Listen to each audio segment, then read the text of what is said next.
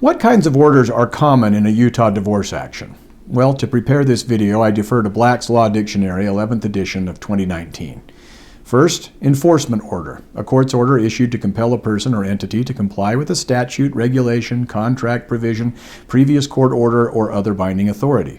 Ex parte order, an order made by the court upon the application of one party to an action without notice to the other. Final order, an order that is dispositive of the entire case.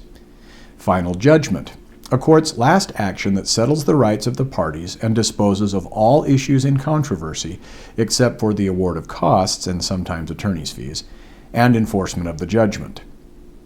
This is also termed a final appealable judgment, final decision, final decree, definitive judgment, determinative judgment, final appealable order. Next, income withholding order, a court order providing for the withholding of a person's income by an employer, usually to enforce a child support order.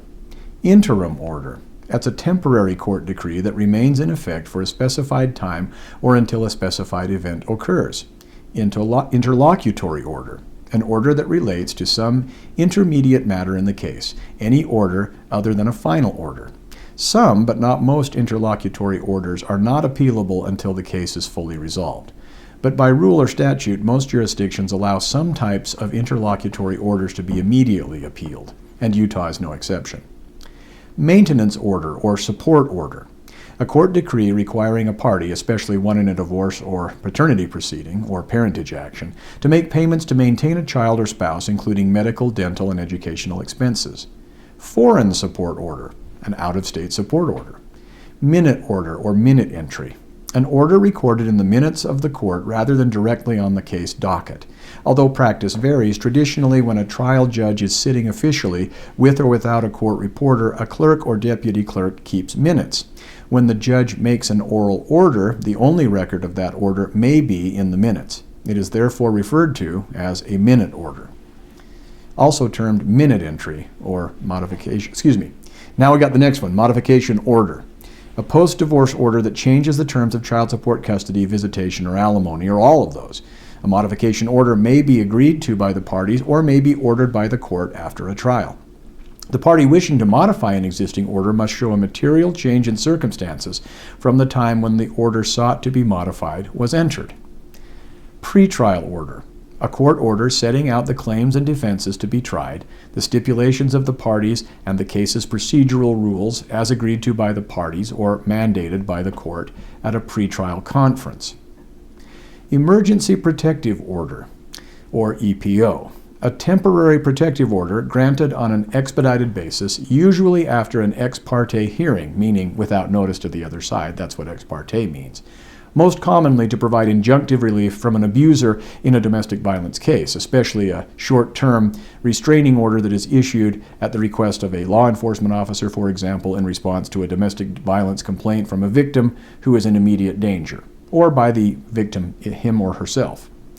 Permanent protective order, a protective order of indefinite duration granted after a hearing with notice to both sides, especially a court order that prohibits an abuser from contacting or approaching the protected person for a long period, sometimes years. Despite the name, permanent orders often have expiration dates set by state law.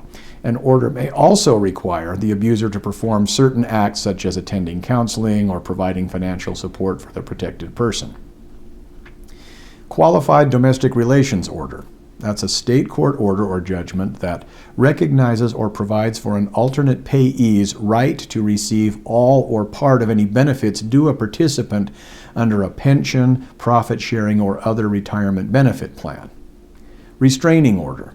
A court order prohibiting family violence, especially an order restricting a person from harassing, threatening, and sometimes merely contacting or approaching another specified person. This type of order is issued most commonly in cases of domestic violence. Temporary restraining order, a court order entered to prevent the dissipation or loss of property.